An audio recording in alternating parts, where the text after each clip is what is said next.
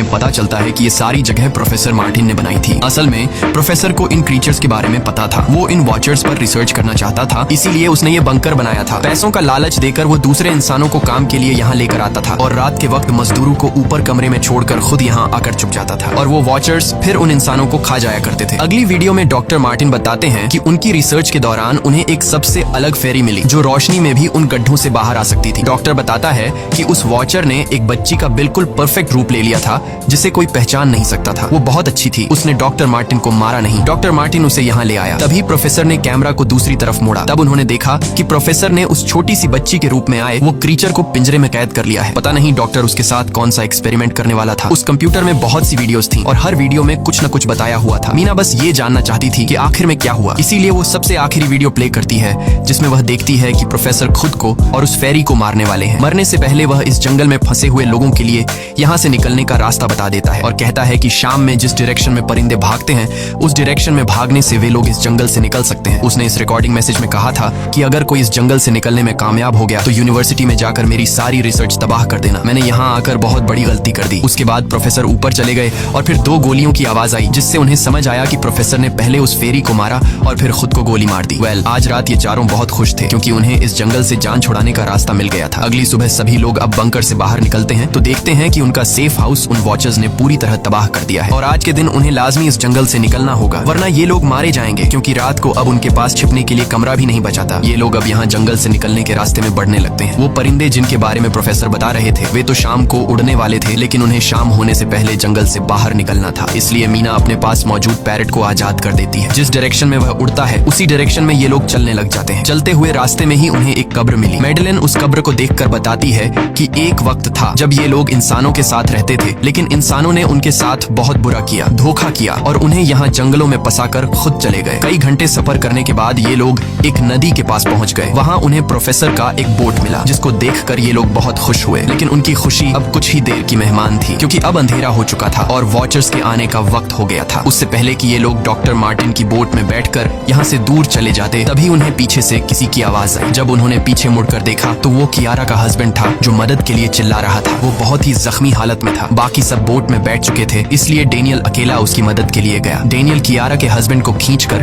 Boat की तरफ लाने लगा लेकिन तभी ये लोग बोट से देखते हैं कि डेनियल जिसकी मदद करने गया वह कोई इंसान नहीं बल्कि एक वॉचर है जिसने उनके सामने ही डेनियल का रूप ले लिया। वो लोग कुछ भी नहीं कर पा रहे थे। अब उस वॉचर ने डेनियल को मार दिया। उन्हें इस बात का पता था कि वॉचर्स इस नदी को पार नहीं कर सकते हैं और फाइनली ये लोग खुद इस नदी को पार करके शहर तक पहुंच जाते हैं। और कहानी में असल ट्विस्ट इसके बाद आया। शहर पहुंचने के बाद ये तीनों अलग अलग रास्तों पर चले गए और कुछ दिनों बाद अब मीना जल्दी से डॉक्टर मार्टिन के कहने के मुताबिक उनके यूनिवर्सिटी में उनका सारा डेटा खत्म करने के लिए आई। उससे पहले कि वह उनका रिसर्च डेटा डिलीट कर देती तभी उससे वहाँ एक टेप रिकॉर्डर मिला और उस टेप रिकॉर्डर से मीना को एक नया राज मालूम हुआ। जब हजारों साल पहले इंसान और फेरीज एक साथ रहते थे तो तब उनकी शादी भी हुआ करती थी। इंसान और फेरी के मिलन से जो बच्चे पैदा होते थे उनमें इंसान और फेरी दोनों के गुण होते थे। उन्हें हाफलिंग्स कहा जाता था। उन हाफलिंग्स में एक खासियत थी कि वे रूप बदलने में इतने माहिर होते थे कि वे किसी मरे हुए इंसान का रूप भी बदल सकते थे। प्रोफेसर का मानना था कि जब इंसानों ने फेरीज को जंगल के अंदर गढ़ों में कैद कर लिया था तब हाफलिंग इंसानों के बीच अपना रूप बदलकर चुपके से रहने लगे और वो आज भी किसी न किसी रूप में इंसानों के बीच मौजूद है। मीना जब प्रोफेसर के ऑफिस में आई और वहाँ पर जांचबीन करने लगी तो वहाँ उसके हाथ कुछ ऐसी तस्वीरें लगी जिसने उसके होश उड़ा दिए। उसने देखा कि तस्वीर में जो प्रोफेसर के साथ लेडी खड़ी है वो कोई और नहीं बल्कि मैडेलिन है और असल में मैडेलिन प्रोफेसर की वाइफ है। वो कंफ्यूज हो जाती है कि मैडेलिन ने उसे यह बातें क्यों नहीं बताई। इस भारी कंफ्यूजन को शेयर करने के लिए वो कियारा के पास आती है और उसे बताती है कि जिस मैडेलिन से हम जंगल में मिले थे वो असल में प्रोफेसर मार्टिन की वाइफ है लेकिन उसने हमें यह सच्चाई इसलिए नहीं बताई क्योंकि वो खुद एक इंसान नहीं बल्कि एक रूप बदलने वाली फेरी थी। मैंने जब रिसर्च किया तो मुझे पता चला कि काफी साल पहले प्रोफेसर की वाइफ मैडेलिन कैंसर की वजह से मर गई थी। ये सुनकर कियारा कहती है कि फिर वो मैडेलिन कौन थी जो इतने समय से हमारे साथ थी। इस पर मीना कहती है मुझे सब समझ आ रहा है। दरअसल प्रोफेसर अपनी वाइफ के मरने से बहुत दुखी थे और उसे हर हाल में वापस पाना चाहते थे और जब प्रोफेसर को इन रूप बदलने वाली फेरीज के बारे में पता चला तो प्रोफेसर ने उस रूप बदलने वाली फेरी को पिंजरे में कैद किया जो एक बच्ची का परफेक्ट रूप लेकर उनके पास आई थी। प्रोफेसर ने अपनी वाइफ की फोटो दिखाते हुए उस फेरी को अपनी वाइफ मैडेलिन जैसा बना दिया क्योंकि वो फेरी बाकी फेरीज से अलग थी। वो दिन में भी बाहर आ सकती थी। मीना ने कहा कि मैंने मैडेलिन को यहाँ बुला लिया है, हमें किसी तरह से करके उसे वापस जंगल भेजना होगा। तभी एक कार वहाँ आकर रुकी। जब उस कार से जो इंसान उतरा उसे देखकर मीना के गले में सांस अटक गई। वो कियारा थी, यानी कि अब तक जो मीना के साथ थी वो मैडेलिन थी। उसने कियारा का रूप ले रखा था। कियारा जैसे ही घर के अंदर आई तभी मैडेलिन ने कियारा के हस्बैंड के रूप में बदलकर उसे बेहोश कर दिया। मीना ने मैडेलिन से कहा आखिर तुम चाहती क्या हो जिस पर मेडलिन गुस्से में आकर कहा, मैं फेरीज की सबसे अलग मखलूक हूँ। मेरे सभी साथी बचपन से मुझे चिढ़ाते थे, वो मुझे अपने साथ नहीं रहने देते क्योंकि मैं सबसे अलग थी। मैं उस जंगल में अकेली पड़ चुकी थी और मैं उस जंगल से निकलकर बाहर लोगों के साथ मिलकर रहना चाहती थी। फिर एक दिन प्रोफेसर उस जंगल में आया,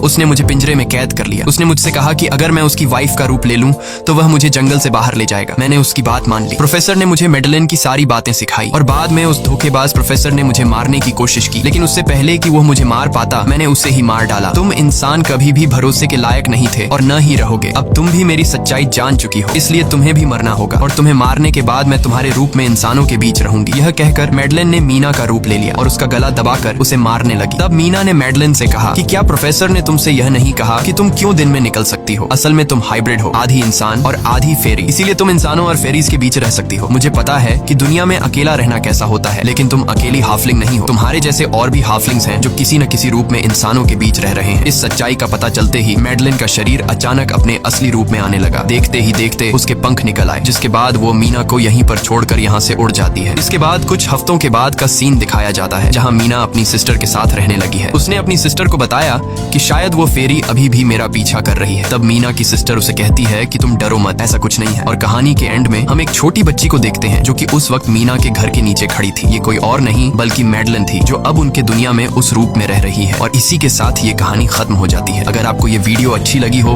तो हमारे चैनल को सब्सक्राइब और वीडियो को लाइक जरूर कीजिएगा।